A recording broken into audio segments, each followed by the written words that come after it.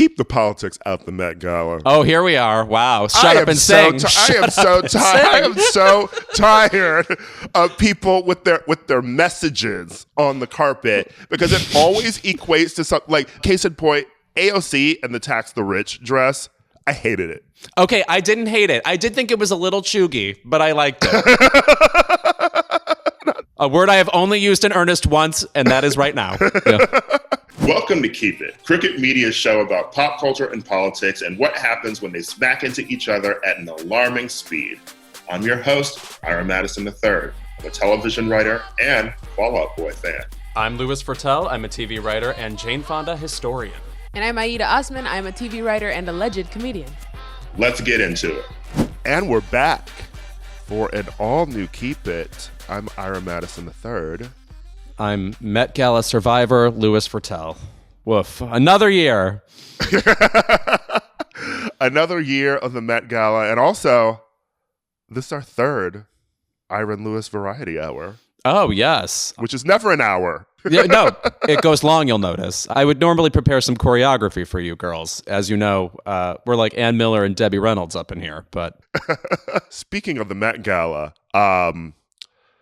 you know who was not there was Nicki Minaj. And before we even talk about the Met Gala, it was a hard night to be a barb. Woof. Among the hardest.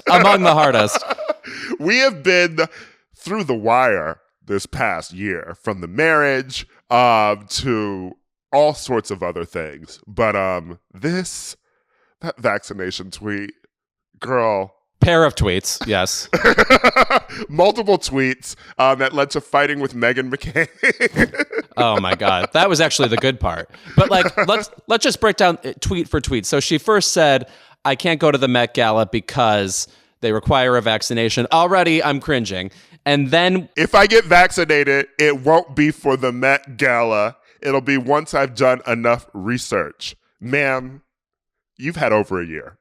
Also, anybody who says do your research on the internet, I can never picture reading an entire article. So stop pretending you're somebody who comes to conclusions after you get to the end of an AP or Reuters article. Yeah.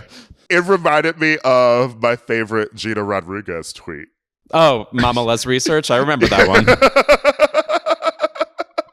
And of course, Nicki's research is a Twitter poll.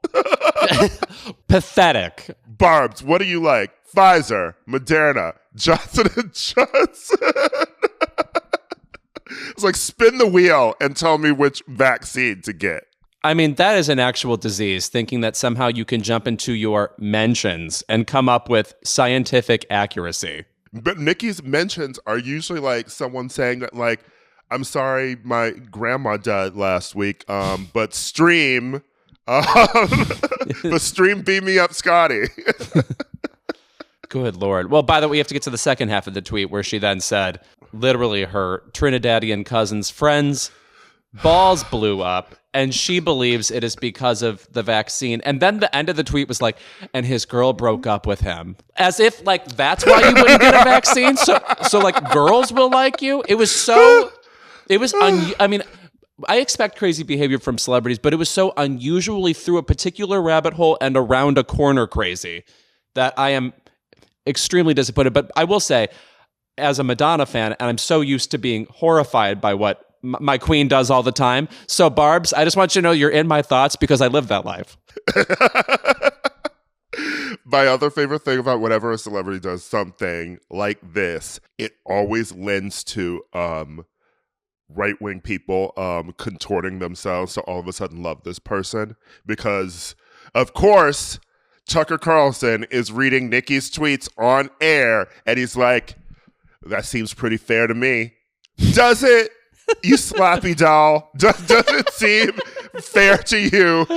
There is a screenshot of Tucker Carlson with the chyron beneath Nicki Minaj. Cousin's testicles became swollen. Is this the career you wanted? Oh, good Lord. He's like a Macy's float of a 6-year-old is what he looks like.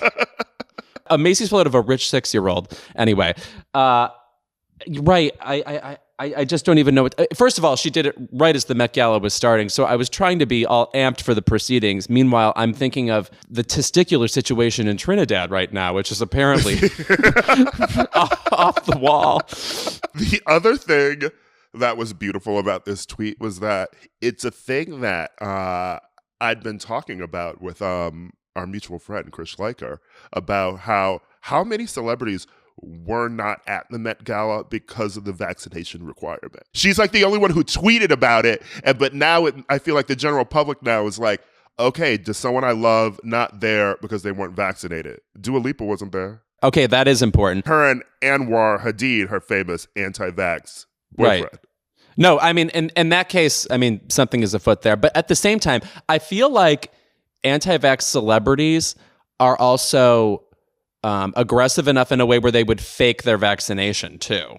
So I feel like people might have still shown up who, didn't get vaccinated. But man, I have to say, in the past couple of months, I've become acquainted with, you can be, it's almost like actors are so far left that they then go all the way around and then they become crazy about the vaccine. And the vaccine in particular seems like a portal into another dimension for celebrities. This Laura Osnes situation on Broadway, it's like, what? I mean, so I guess you just suck. All right, great. I loved when that happened because as a person who grew up in musical theater and loves musicals and loves Broadway, I still don't know like the names of people who aren't on the marquee for right. most Broadway theater actors, unless I personally know them too, or I've just seen a show they were in. So, when people are talking about Laura Osnes, I'm like, who is this white woman?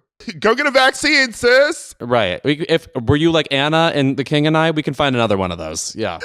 We don't know. The Met Gala, Anna Wintour's annual vanity project to benefit the Metropolitan Museum's Costume Institute, was Monday night. Ask anybody on the street what the Met Ball is for. Picture Machine Gun Kelly be like, we have to help this museum. It was chaired by Gen Z royalty, Timothy Chalamet, Billie Eilish, Amanda Gorman, Naomi Osaka, and the theme was, in America, a lexicon of fashion. Theme, as usual, was very loose. Yeah, it was any old fucking thing. No one loves to do the theme, ever. And I'm tired of the articles always saying, so-and-so broke the Met Gala fashion rules and looked great. How about you wear what you're fucking told to be wearing? Right. It's more fun that way. It gives it a purpose as opposed to 50 stylists agreed on this thing to make you look outrageous, as opposed to, oh, you have a little bit of wit going on and you came up with something that adhered to the theme in an interesting way. I do say that while also loving what Kim Kardashian wore. I also liked what she wore, and I felt like she got nothing but dragged for it. Here's the thing. Balenciaga is not always good. Sure. Case in point, the queen of the Met Gala was maybe not dethroned, but Rihanna, it was okay. I don't know. It was fine, but it wasn't what you were expecting from her as like a showstopper, especially since she made us wait as long as she's been waiting us wait for this album. Like, she's like, I'm the last person who's going to walk out. Correct. And then you just come out wearing a Balenciaga puffer. Yeah, okay, yeah. It was a puffy black dress. I liked the headpiece on it. That was kind of the coolest part for me. But the way it was super bulgy and billowy, it's the kind of dress that makes you think, oh, she must be pregnant or something. But yeah. Meanwhile, Tracee Ellis Ross looked great in a Balenciaga blue jacket. So, she's a celebrity you kind of need because she's always going to be invited to these events. You like her, she has a personality, and she believes in star power. Like, she's somebody who's clearly her mother's daughter. So, it's like that Jane Fonda thing of like, I have my serious causes, etc., but also it really is important for me to look like I belong on a red carpet. Yeah, so before we get to the tragic moments on the runway, what were your favorite looks? Gosh. Well, I just want to say Kim Kardashian, in which she was covered head to toe, and it was a black, long, silky garment. That was maybe my favorite of the night. Otherwise, I would have to go again with Billie Eilish. She chose Oscar de la Renta. And it's very Marilyn Monroe, right? Like, she had like the blonde hair. It was a kind of a baby pink colored dress. Almost washed her out, but didn't. So good color choice, because she is pale like you. Yeah, right. Yes. And if I wear baby pink, all you're going to think is, wow, Lewis is really pink. Anyway, she's feeling her fantasy this era, and I think I really like this Billie era. I think the album's good. I actually haven't listened to it since it came out, but I do like the album more than Casey's. Anyway, was Casey at the Met Gala? She did not nail it. She was at the Met Gala. I thought it was cute. Just like this album. Yeah, we'll get to star-crossed, bitch. All right. Lewis, like an album by a woman. Oh, yeah, that's my problem. I must not like ladies who sing. I loved Cara Delevingne's outfit. It said "Peg the Patriarchy" on it. She was wearing like the white pants and sort of like the like military-ish sort of like top. I thought that was good because I'm about to sound very Republican. Oh, let's go. It's your time. You're 35. Keep the politics out the Met Gala. Oh, here we are. Wow. Shut up and sing. I am so tired of people with their messages on the carpet, because it always equates to something like this one was cute because the lettering was nice. But case in point, AOC and the Tax the Rich dress, I hated it. Okay, I didn't hate it. I did think it was a little chuggy, but I liked it.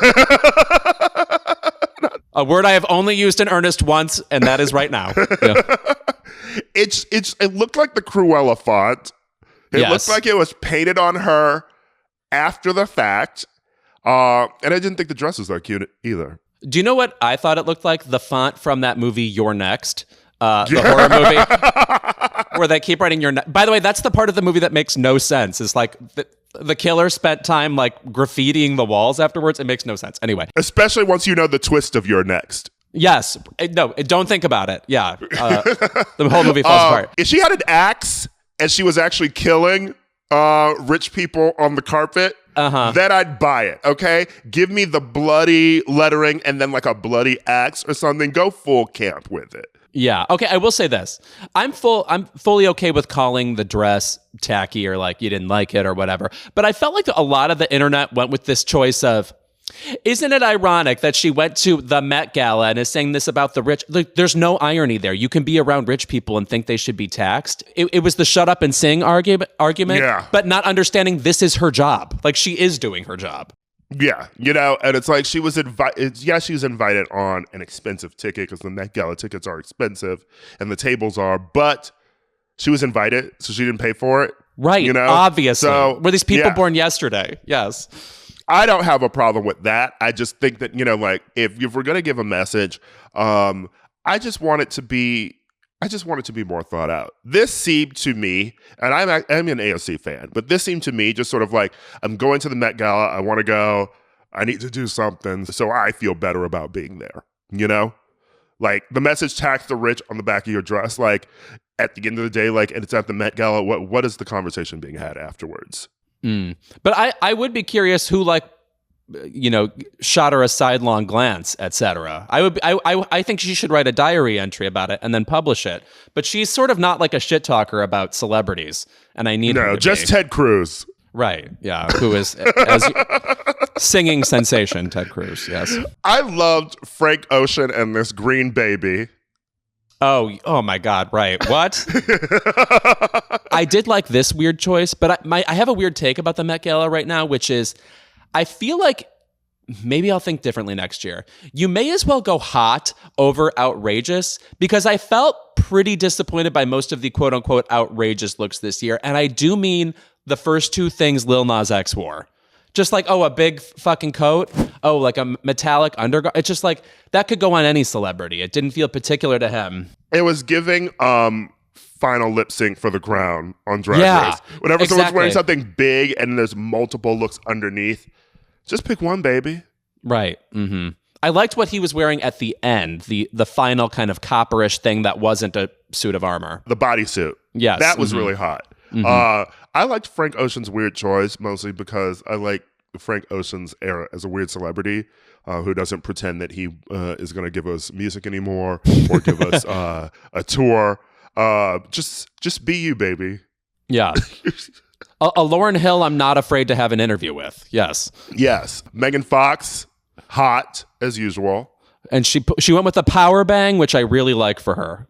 A power bang and like a long braid. Yeah, when she leans into severity and she's like, I'm going full fucking Debbie Mazar. That's what I want to see. Balenciaga, again, was Elliot Page. And congrats to him for making his Met Gala debut. And that's all I'm going to say about that. I thought it was cute enough. I thought it was a cute suit. Also, obviously, when you're like a transgender man, obviously wearing a gender affirming look is, I think, also probably the point of an event like this. So, I mean, it's also awesome. I love the shoes.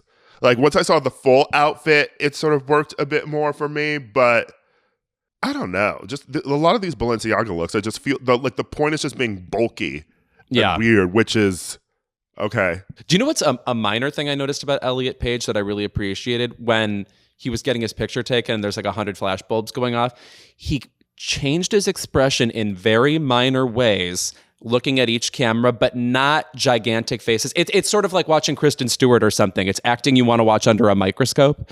And it made me think like, we need Elliot Page in a movie again. I would agree with that. And I liked Kristen Stewart's look. I will say she is on this press tour for Spencer been dressing a lot like she's covering Teen People in 2003. She's going with a lot more like bright, poppy, early 2000s colors, which is different for her. Maybe she's having fun now as a celebrity.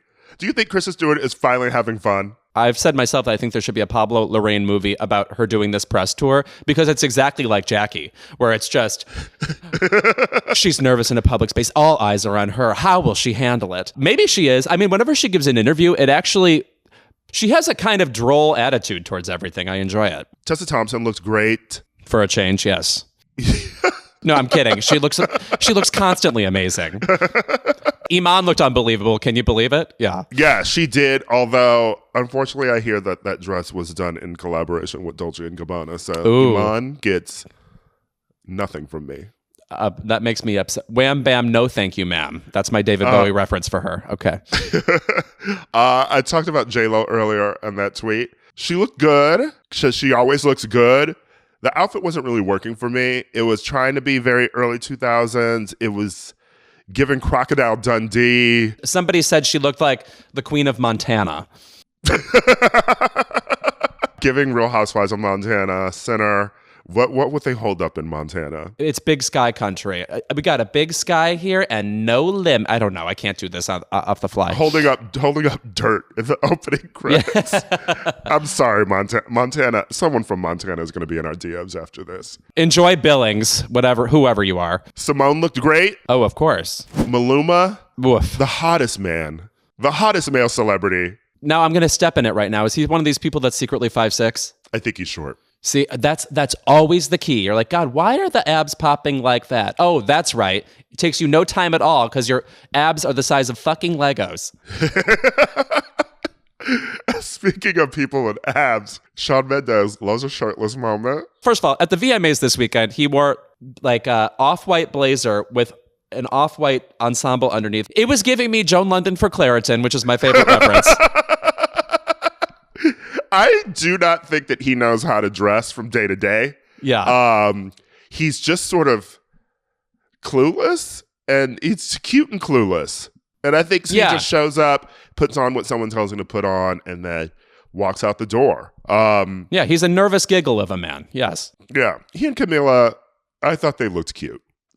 They always look cute. I mean, uninteresting as a couple, but I mean, fine enough. Saweetie looked very good in her Christian Cowan dress. And here is where we get to one of the outfits that was getting the girls to talk, also by Christian Cowan, was Ben Platt's denim look. I will say, I like the look. Yes. I don't like it for the Met Gala. I think the problem is pairing it with him. As much as he seems sort of like a normal-ish, fun gay guy, he's not a rock star, and the look to me runs very swaggering 70s, and he's not really that. I'm trying to think of a celebrity counterpoint for him from the past for him to like really emulate, because he seems so sweet and nice, and he's like a theater kid, so there's a lot of emotion going on. You know, I feel bad for him because, you know, he probably was on the couch all day before the Met Gala crying after those Dear Evan Hansen reviews. Oh, woof. What a situation. But if you're a theater kid, you're used to going through those emotions. True. And you channel it into your red carpet look. Yes. I guess he does this sometimes. And this is not like the greatest example, but like someone like Brad Goreski, like just keep it like natty and cute and like polished, because there is something preppy about him. I mean, he's Mark Platt's kid. Sorry, you can't subtract that from the equation. Maybe like an Elliot Gould vibe, like the way Elliot Gould used to dress. Oh. Like always looked dapper and cute. Oh, the long goodbye? That's when you get attracted to Elliot Gould. Yeah. We'll have an Elliot Gould moment. I will promise the audience that at some point. Okay, yeah. That's how you get the ratings. Bob and Carol and Ted and Alice, that movie holds up. Yeah. You know what this has been leading to. Grimes' beautiful dress? I loved Grimes' Me too. dress, She to looked be honest. amazing. Yes.